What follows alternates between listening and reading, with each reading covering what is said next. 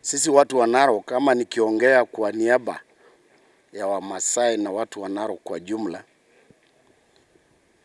kusema kweli, this saga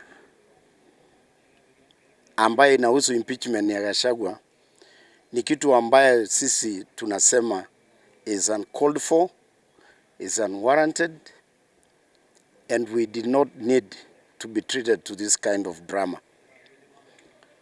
Tunasema hivyo kwa sababu saa hizi ukiangalia kama sisi watu wa Narok, kuna crime ambaye inaenda through the roof. There is crime of the highest proportions hapa Narok. Na serikali hatujaona any significant action ambayo wamechukua kukab hiyo crime. Badala ya hiyo wanatuletea public participation kuongea juu ya impeachment ya Rigathi Gachagua.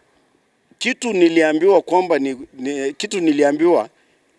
kwamba no stone will be left unturned in trying to solve the murder of my son, kijana wangu. Lakini mpaka saa hii tunaambiwa bado kuna shortage of data, especially phone data. Na Safaricom is just around the corner. They are busy stealing our bundles here and our airtime. And it is now 2 weeks tangu intelligence waulize data ya phone communication between my son and whoever they were talking with. So people will have to protect themselves. That's what we are saying. We are going to have to protect ourselves.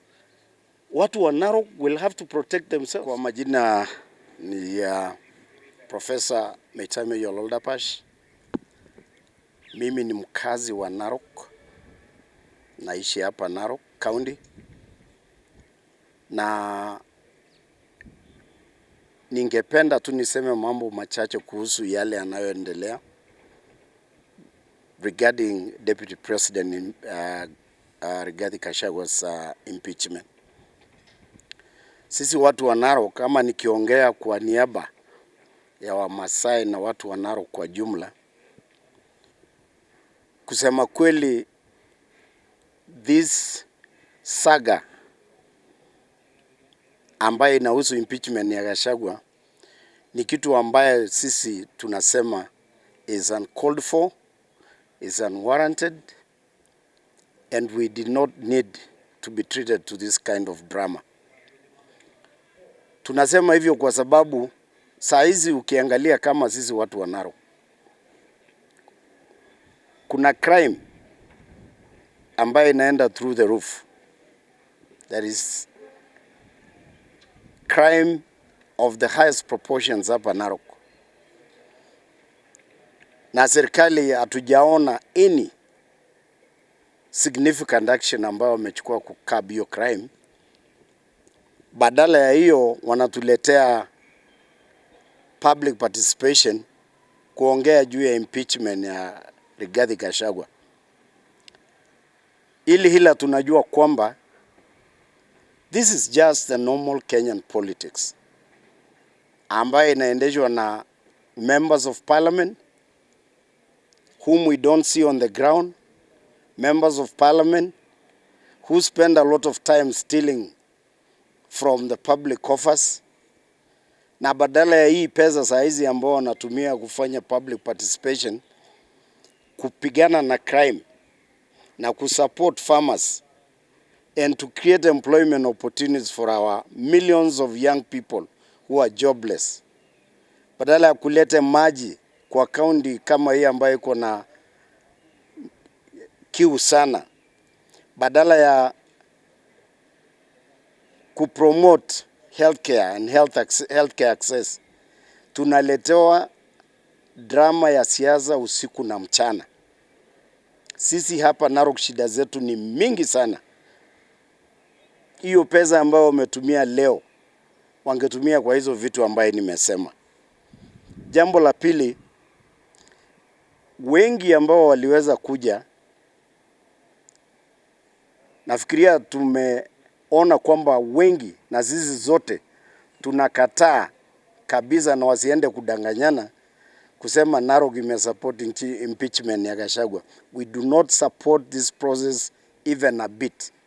We are leaders in our own capacity. Tuko na watu wetu tunaweza kuwaongelesha, tumewaongelesha, na this is a lot of nonsense. And we don't support, we haven't supported this process ya kuimpeach 𝐏𝐏𝐬. Hii ni siasa ya wabunge ambaye kazi yao ni kukula mali ya wananchi. Development barabara ipitiki, wapi pesa ya 𝐷𝐻𝐑𝐎𝐻? Maji hakuna, hizo vitu zote hakuna. We don't need this. Jambo la tatu, sisi tukiwa jamii wa Masai, sioni haja mtu kama 𝐏𝐏𝐬 akuwe impeach kwa kuongea juu ya watu wake.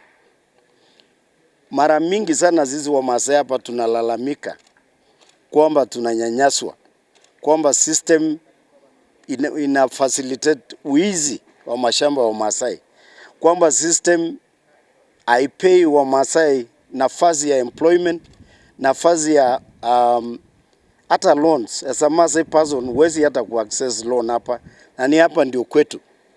Ni nini mbaya 𝐏𝐏𝐬 kutetea watu wake?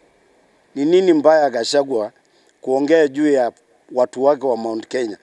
Sisi tunataka kuongea juu ya watu wetu na shida zetu hapa wa Masai. What is wrong with 𝐏𝐏𝐬 speaking on behalf of his people?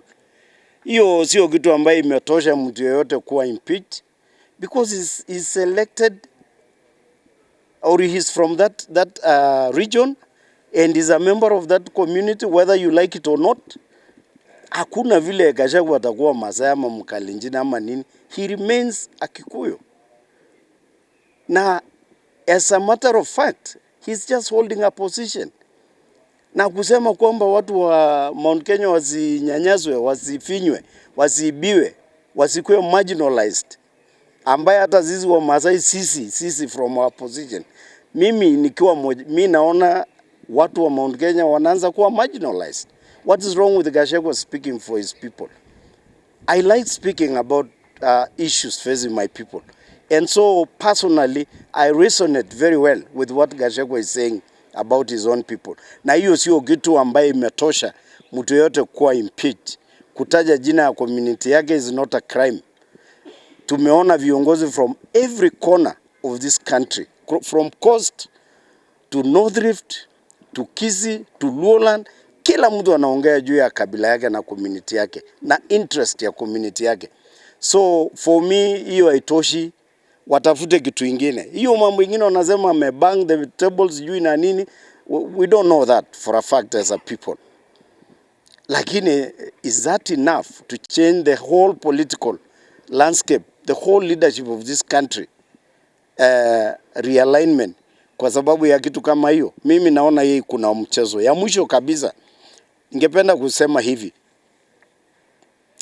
without fear of any contradiction, kwamba when 𝐏𝐏𝐬 started talking about watu wa Mount Kenya as his backyard kuwa marginalized, tunaona even some leaders from North Rift wamejitokezea na wamekuwa wakali sana, wakitetea hata watu waingie warudi hii nini Mau Forest. The most recent is Aaron Cheruiyot. Alikuwa anasema juzi watu warudi kwa Mau Forest. Kwa nini yeye anatetea watu wake waende warudi Mau Forest? Ili hali sisi wa Masai tunasema forest ihifadhiwe. Na tunasema hiyo forest ni ya kila mtu, ni ya community zote, kwa sababu maji yale yanatoka huko yanaserve kila mtu. So why, if he's not a tribalist, that Aaron Kandia and his friends, Aaron Cheruiyot and his friends, if they are not tribalist, kwa nini anakuja kutetea watu waingie county ya watu wengine kuharibu msitu? It's wrong, it's contradictory. Mtu yeyote kuja kusema huyo ametaja kabila yake, huyo ametaja kabila yake, because we all belong somewhere. As long as our position on the rights of our respective communities, as long as our position does not foment animosity, as long as it does not create animosity between our different ethnic communities in this country, as long as what we say and what we do does not hurt or harm anybody, I think we all have a right to talk about our respective communities. Na sasa mimi nikijifanya mimi sio Masai, mimi ni Masai, kila mtu anajua. Why do you want to shut me up? Why do you want to shut somebody up ndio asiongee juu ya watu wake? Me personally, I don't think that is a good ground to impeach 𝐃𝐏𝐬. I think that is very wrong, and I think that Kenyans wajue kwamba hii ni siasa ambaye nia yake bado haijajulikana, lakini over time tutakuja kujua, because the rubber has not hit the road yet. There will come a time when the rubber meets the road. Okay? Ndio tutajua sasa hii ilikuwa inatuelekeza wapi. Na MPs wengine hata nimeona jana some MPs from Central wanasema tulifikiria ilikuwa hivi lakini sasa tunaona hivi na hivi. They are changing their mind. So finally nataka kusema ile public participation ambayo imefanyika leo hapa Narok is a sham. Is a sham. Kuna papers zimeletwa like one full page document written in very fine prints. Maasai hapa kwetu, illiteracy of Maasai, ability to read is very low. You can talk about 70% of our people cannot read English or good English. Hizo makaratasi zililetwa jana. Leo ndio watu wamepewa. Unaambiwa enda ukae pale usome hiyo kitu and vote I support or I do not support. Sa huyo Masai ameelewa ama mimi hata mimi I am a very educated man. Hata ukinipa hiyo karatasi uniambia nisome in 2 minutes na nipige kura, siwezi, I cannot understand, because this thing is in parliamentary language, is in English language, which is not a vernacular. It is in legal language. And how do you expect an ordinary man to understand that document and have sufficient understanding and capacity to vote yes or no? Hiyo ni kutudanganya. Kama mlikuwa mnataka public participation genuine, ambayo tutaenda debate huko nje, mungelete kitu pale stadium for a whole day, muache watu wajadiliane na wa scrutinize the document ndio waweze kutoa maoni in what is known as informed, to take an informed position. Right now unakuja tu unaambiwa sign hapa yes or no, yes or no. Si wangetoa tu mtu direct badala ya kuja kutuchezea akili hapa.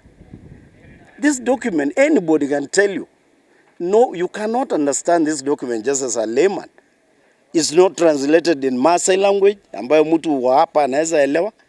Imeletwa late. Some people are 100 kilometers away na hakuna barabara. Ukiingia hapo unapewa karatasi, saa hiyo tu umeingia unaambiwa piga, we want your opinion here, take this or that. What is that? So for me, I stand with 𝐃𝐏𝐬, I stand with Mount Paul. Hiyo upuzi ya kutuambia tuondoe 𝐃𝐏𝐬, MPs wenyewe waende wajiangalie, because they are not cleaner than anyone else. They are not holier than thou. Ni watu tu ambaye they are driven by self-interest. So asanteni sana. Mimi ni politician. Nikizunguka hapa last time kutafutia whoever I was supporting kura, ama nikijitafutia mwenyewe kura because I was running for Senate. Okay? Nilitumia 99% of the time. Mimi natumia lugha ya mama. Na hata 𝐃𝐏𝐬 alitumia hiyo lugha ya mama kuconvince Wakikuyu wapigie UDA kura. Mbona wakati huo haikuwa dhambi, sasa hii ndio dhambi akitumia hiyo lugha? Hakuna. Even jana nilikuwa naona hata president akiwa huko sijui Kericho, some place huko, alikuwa naongea lugha ya mama. And there is absolutely nothing wrong with anybody speaking mother tongue. Sisi kwanza tunahofia kwamba mother tongue is disappearing, and we need to use it even more because we are culturalists, some of us. There is nothing wrong with the president speaking his language, with 𝐏𝐏𝐬 speaking his language to address their people. There is nothing wrong with that. So hii wana twist vitu sasa imekuwa crime, na wakati 𝐏𝐏𝐬 alikuwa effective akiombea UDA kura tulikuwa tunapiga mikono sana. Saa hii is a evil person, is a criminal, kwa sababu anatumia hiyo lugha kuambia watu what is happening to his own people. There is nothing wrong with this guy speaking to his people the way he can communicate better. Hii kisungu sio yetu bwana. We all acquired this language through classroom time. This is not our language. Sometimes you feel inefficient even communicating in this language. You have to use your mother tongue to drive the point home. So what is wrong with that? Hapa Narok, naona kama tunaishi ile kitu inaitwa hera or hell. Crime in Narok has become something else. In the last, let's say 1 month, more than, I hear 15-20 people have been killed by criminals just within this, just a township. We are not even talking about rural areas where we still see a surge in crime rates.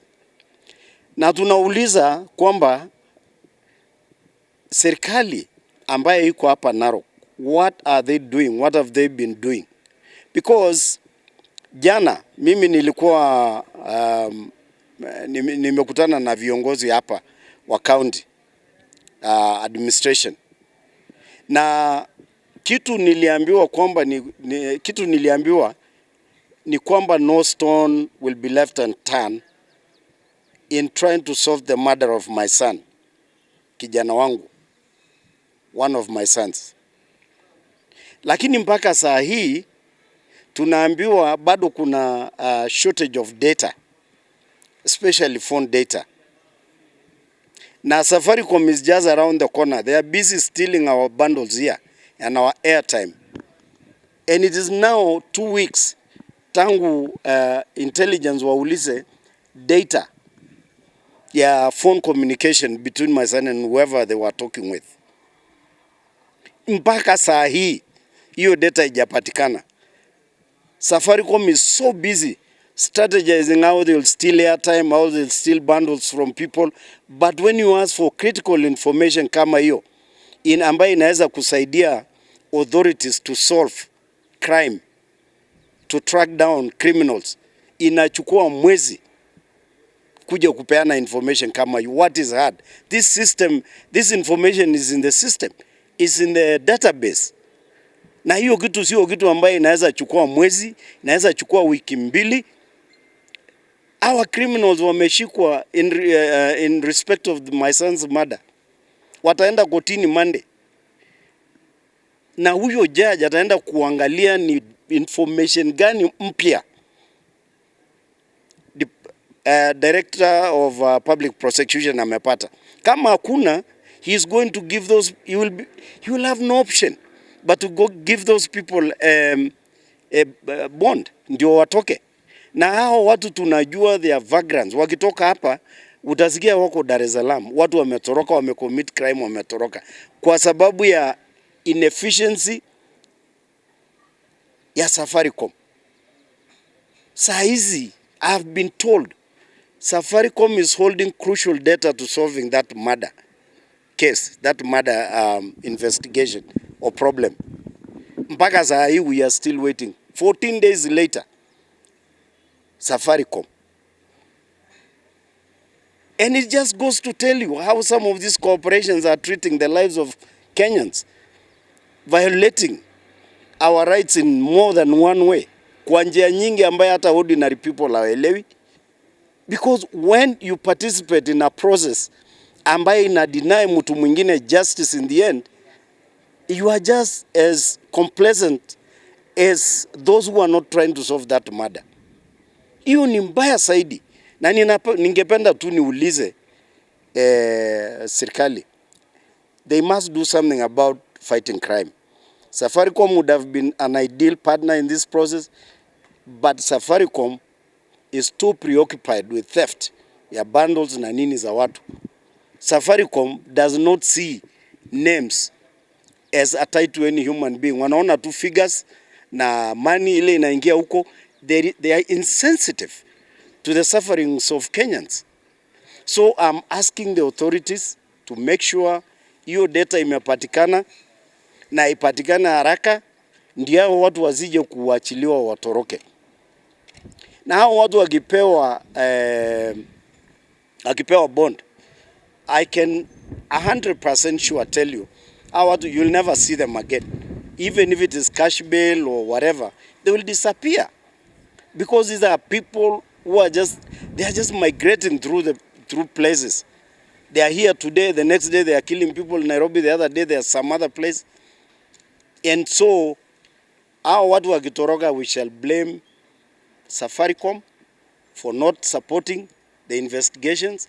We shall also fault the administration. Kwa sababu government iko na njia mingi sana ya kupata information when it comes to dealing with crime.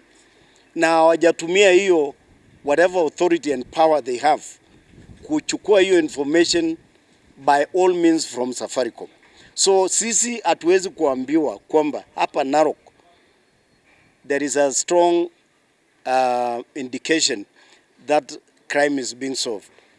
It's not. Because kama sahi ilikuwa that was the case, tungejua kwamba hao watu by now wangekuwa ready with their file to go to court. They are not even ready up to now to go to court. Saa hizi. And this is the third week since that murder. Now, what do we do? What do we do in this particular case? Watu wa Narok might be forced. Watu wa Narok watalazimika wachukue the law into their own hands. They will have to protect themselves. We cannot afford to lose people every single day. Unakuta vijana wetu wanauliwa, wananyanyaswa, wananyang'anywa vitu zao, and the criminals are walking large here. So my appeal again is Safaricom should support the investigations or the investigative process ya hizi makesi, criminal cases. Narok County administration wajue Narok iko na shida. Nobody is living in peace here. Everybody is on the edge. Ujui kama utafika kwako saa hii kesho, ujui kama utafika leo jioni ama kesho utaamuka, because crime is out of control here. So people will have to protect themselves. That's what we are saying. We are going to have to protect ourselves. Watu wa Narok will have to protect themselves. Olakira TV ewangan olusholema.